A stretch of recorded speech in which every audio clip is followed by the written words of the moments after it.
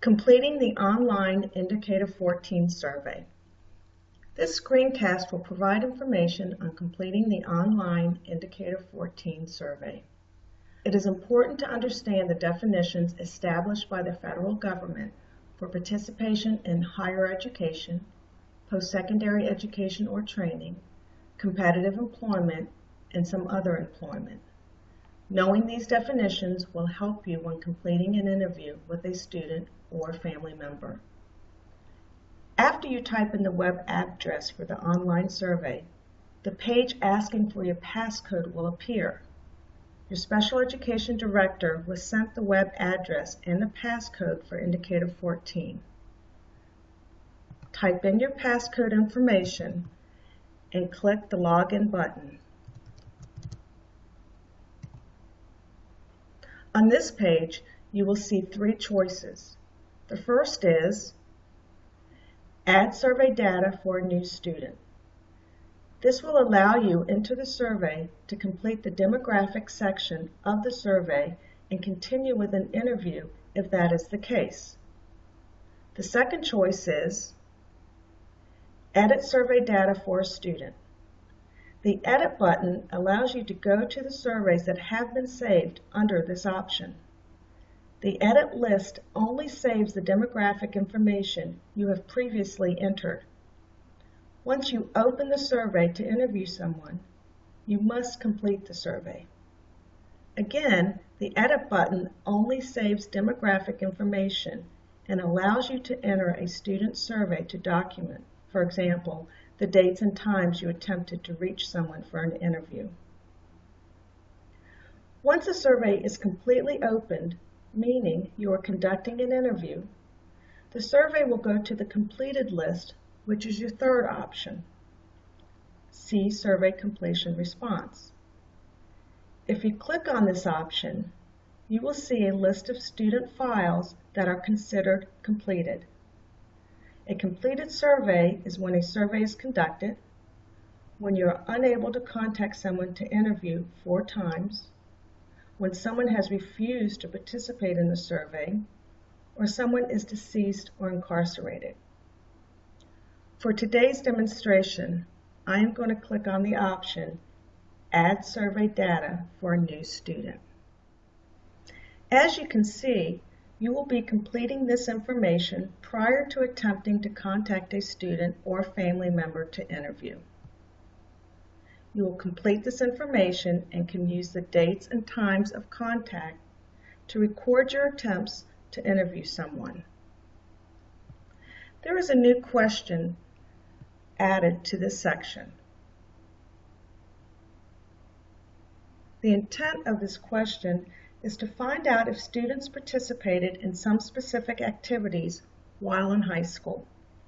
Please review the list and check any of the options that a student participated in. A few definitions might be helpful concerning some of the activities on the list. Dual enrollment is defined as any situation in which a student is enrolled at both a high school and post-secondary institution. Customized employment means individualizing the employment relationship between employee and employer in a way that meets the needs of both.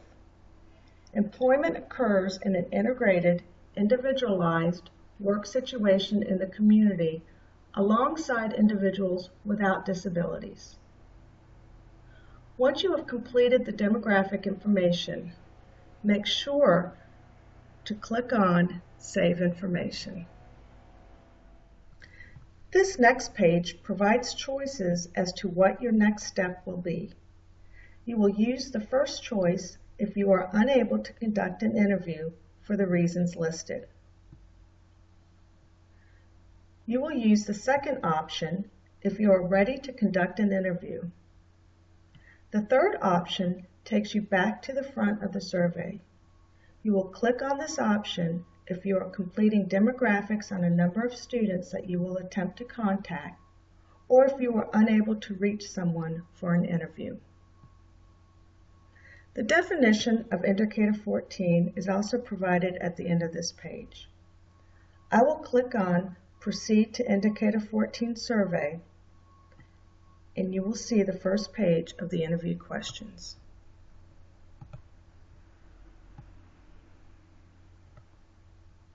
Now that I've entered the survey, I will need to complete it. The first question is completed by you, indicating the individual who will be answering the survey. You will then ask the individual you are speaking with to indicate what classes they took in high school that they found most helpful. The next question asked what classes in high school did they wish they had taken that would be helpful to them now. A new question follows the questions about their high school classes. This is the same question that was completed in the front part of the survey by the interviewer. Question 4 of this section asked about services they have received or currently receiving in the community. The last question asked how satisfied they are with their life at the present time. After completing these questions, click on Next Step. You will be entering the section of the survey asking for information concerning higher education. It is important to remember that in order for individuals to be considered in higher education, they must be in a 2- or 4-year college or university and be enrolled for one continuous term, semester, etc. All of these definitions are on the survey, so please become familiar with them as you are conducting the interview.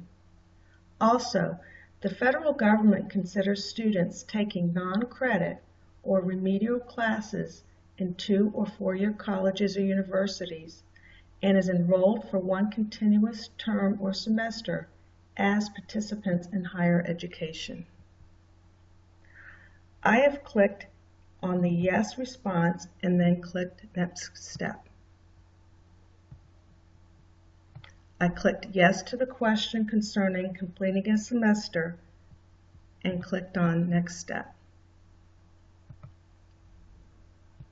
And then I have clicked on Part as being part-time and Next Step. I am now ready to ask questions concerning students' employment since exiting high school. However, before moving to the employment questions, let's go back to the higher education questions. Let's say you are interviewing a student who says they were not in higher education. By clicking No to question 6, the survey will take you to a series of questions concerning post-secondary education or training.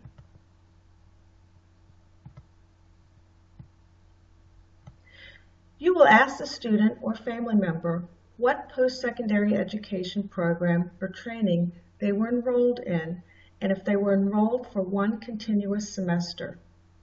The federal definition for post-secondary education or training is any formal program that contains a formal application process that is at least skill building and experience building, and the student must be currently or previously enrolled since high school.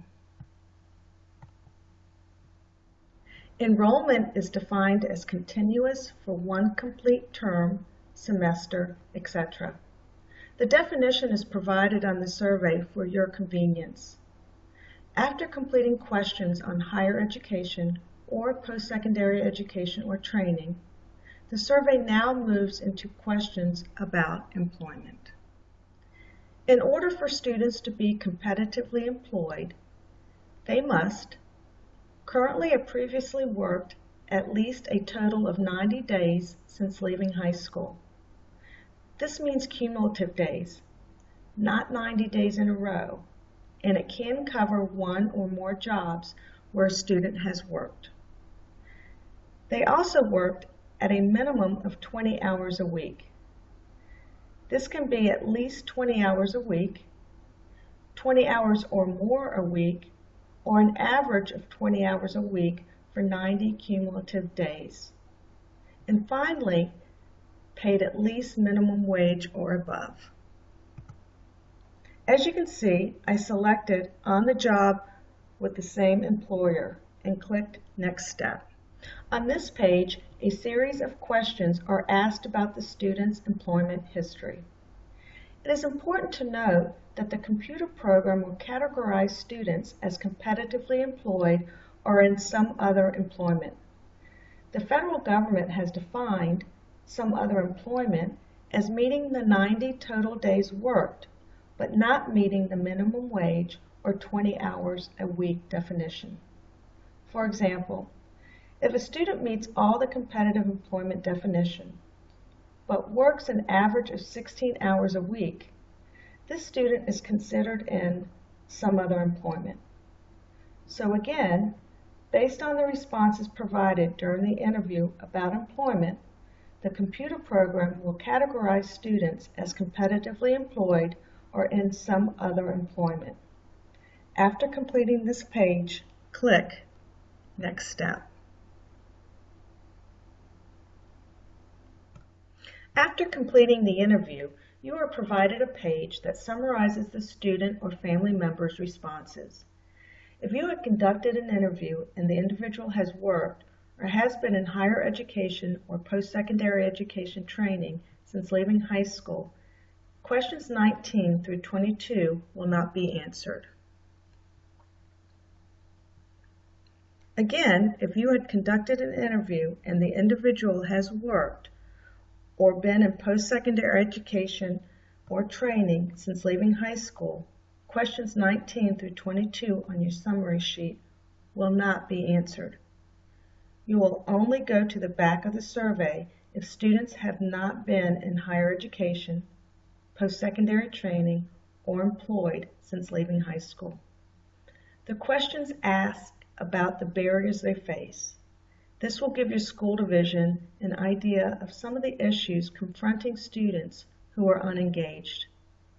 Make sure to scroll down to the bottom of the page and click on Submit Information.